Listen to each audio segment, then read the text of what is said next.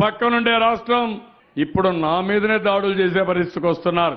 చంద్రబాబు నాయుడు గారికి ఆయన పుత్రరత్నానికి ఒక మంచి అలవాటు ఉంది. అదేంటంటే అడ్డంగా దొరికిపోవడం, దొరికిపోయిన తర్వాత మిద్దెలెక్కి అరవడం, బుకాయించడం. అప్పుడు ఓటుకు నోటు కేసులో మన వాళ్ళు బ్రీఫ్డ్ మీ అని అడ్డంగా దొరికిపోయారు. ఆ రోజు నుంచి ఈ రోజు వరకు మళ్ళీ చంద్రబాబు నాయుడు గారు అప్పుడు కూడా ఇట్లా రంకెలేశారు. ఏమని? మా మీద మా ఫోన్లు ట్యాప్ చేస్తారు. అంతేగాని ఏనాడు కూడా నేను కాదు అన్నదన్న మాట మాత్రం పొరపాటున కూడా అన్నాడు. నిన్న తాజాగా ఒక కేసు పెట్టారు.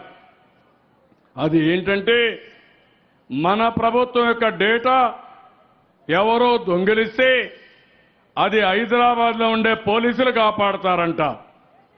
చాలా సిల్లిగా మాట్లాడుతున్నారు. ఏమంటారు? తెలంగాణ పోలీసులు, తెలంగాణ అధికార వ్యవస్థ ఈ ఐటీ గ్రిడ్ అనే కంపెనీ మీద దాడులు చేసింది. అయ్యా, జరిగింది ఏంటంటే ఇప్పుడు అమరావతి అనేది మీ రాష్ట్రం, మీ రాజధాని. అమరావతికి ఒక అమెరికా టూరిస్ట్ వచ్చిండు అనుకో, ఆయన పర్సు పోయిందనుకో, ఆ పర్సులో విలువైన సమాచారం ఉందనుకో, ఆ అమెరికా టూరిస్ట్ ఒక కంప్లైంట్ ఇస్తాడు పోలీసు వాళ్ళకి, అయ్యా నా పర్సు పోయిందని. కేసు ఎక్కడ పెడతారా? అమరావతిలో పెడతారా, అమెరికాలో పెడతారా? అమరావతిలో పెడతారు కదా. అమెరికా టూరిస్ట్ అని చెప్పి అమెరికాలో కేసు పెట్టరు కదా. మన వాళ్ళు మన పార్టీ వ్యవహారాలు హైదరాబాద్లో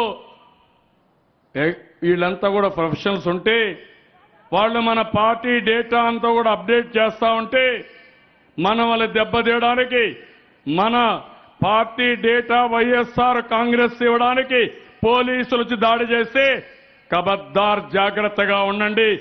జరిగింది క్రైమ్ ఇక్కడ, సంస్థ ఇక్కడే ఉంది. ఇచ్చిన వ్యక్తి, కంప్లైంట్ ఇచ్చిన వ్యక్తి ఇక్కడోడు. యాక్ట్ చేయాలన్నా వద్దా? మేము యాక్షన్ తీసుకోవాలి కదా. చేసింది తప్పు, పైపెచ్చు దొంగకు నోరెక్కువ అని తెలంగాణ ప్రభుత్వం మీద దుమ్మెత్తిపోస్తూ ఉన్నారు. సిగ్గుండాల చంద్రబాబు నాయుడికి, ఆయన ప్రభుత్వానికి. ఆంధ్రప్రదేశ్ ప్రజలు ఆలోచించుకోవాలి ఈరోజు.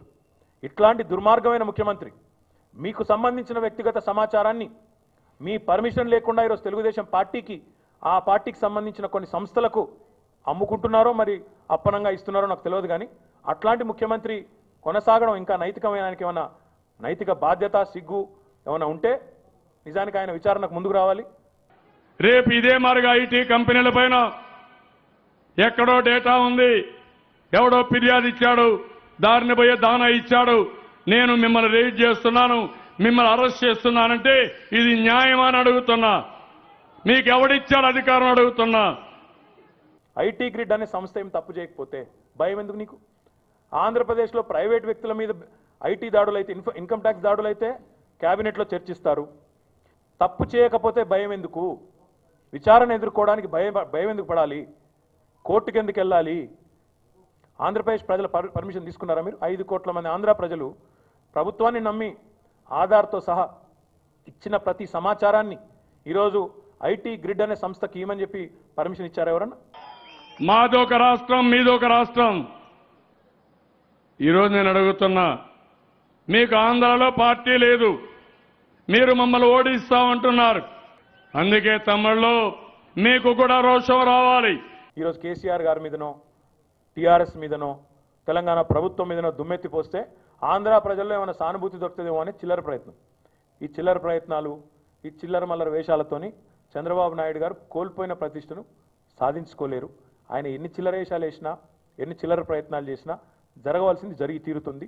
మీరు దొంగతనం చేయకపోతే చంద్రబాబు నాయుడు గారు ఆంధ్ర ప్రజల సమాచారాన్ని మీరు దొంగతనం చేసి ఐటీ గ్రిడ్ అనే సంస్థకు అప్పగించకపోతే, మీ పార్టీ యొక్క తొత్తులకు అప్పగించకపోతే నీకు భయం ఎందుకు?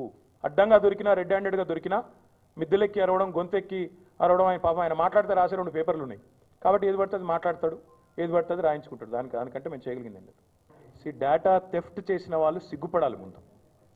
Let Lokesh and let Chandrababu Naidu accept that there has been a data theft.